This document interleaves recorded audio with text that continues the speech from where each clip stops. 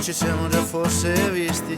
Scusa, credevo, mi sembrava, però è un modo così strano di ondeggiare quel tuo bel sedere. Dove vai con quell'andatura in mezzo ai guai, così sicura, con quello spacco che quando s'apre mi sento ridere tutto dentro, mentre consumo le mie idee tra i reggicalze e le tue mutande. Dove vai con quell'andatura in mezzo ai guai, così sicura, tu stai camminando come se nel mondo tutto andasse bene, mentre sta scoppiando una terza guerra e farà sparire quei due bei seni che tu porti in giro, perché ogni albero che buttan giù sarà segnato con il sangue tuo,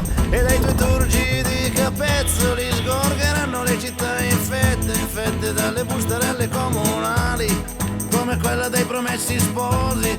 E allora dai, lasciati un po' andare finché siamo ancora in tempo di così. I love you, sento nelle vene scorrere come un fiume la tua primavera, che mi trasporta dove tende l'arte del rinascimento, mentre vedo avanzare sulle acque del lago di Lecco un uomo con una vanga che comincia a scavare, a seppellire tutti quanti i maggiori dell'anonima edilizia.